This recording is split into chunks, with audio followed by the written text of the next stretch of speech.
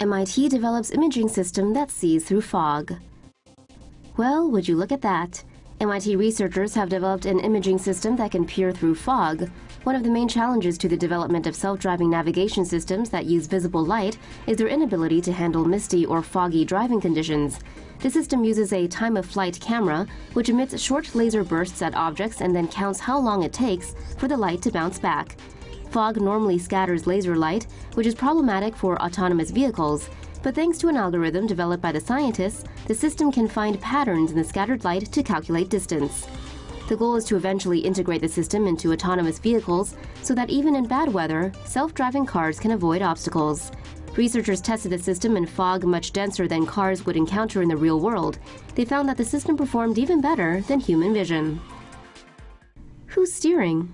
Self-driving bus launches and crashes 2 hours later. The driverless electric shuttle bus made a big bang in its debut in Vegas on Wednesday. Unfortunately, the bang came in the form of an accident after only 2 hours of being in service.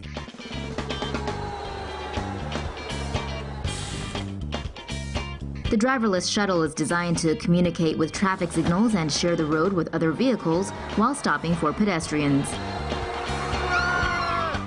It looks like the shuttle was minding its own business around 12:07 p.m. on Wednesday when it sensed a truck was attempting to back up, so it came to a stop. Problem is, the truck kept backing up until it gave the shuttle a little love tap. The truck driver ended up getting a ticket for illegal backing. In the end, damage was minor and neither of the drivers were hurt. How do Google's self-driving cars work?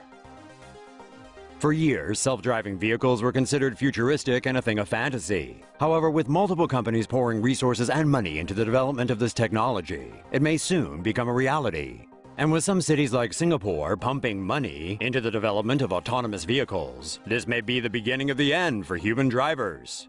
So, where exactly are we in terms of finally being able to actually use one? In a sense, autonomous cars are already a reality.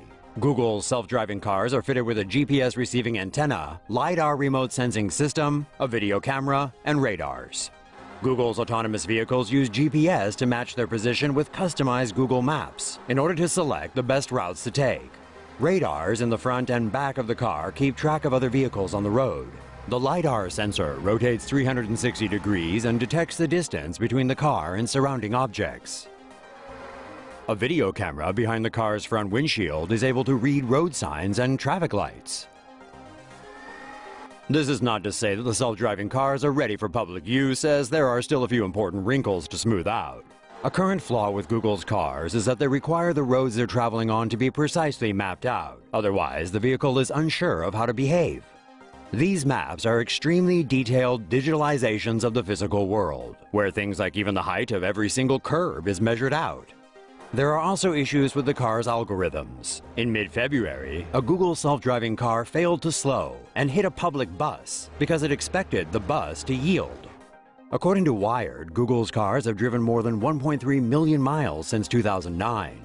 As of January, they've been involved in 17 crashes, all of which could be blamed on human error. An impressive record that was ruined by the Google car that crashed into a bus last month. Google driverless car pulled over for driving too slow. Police in Mountain View, California are still getting used to the idea of Google's self-driving vehicles. The models known as neighborhood electric vehicles are programmed to not exceed 25 miles per hour.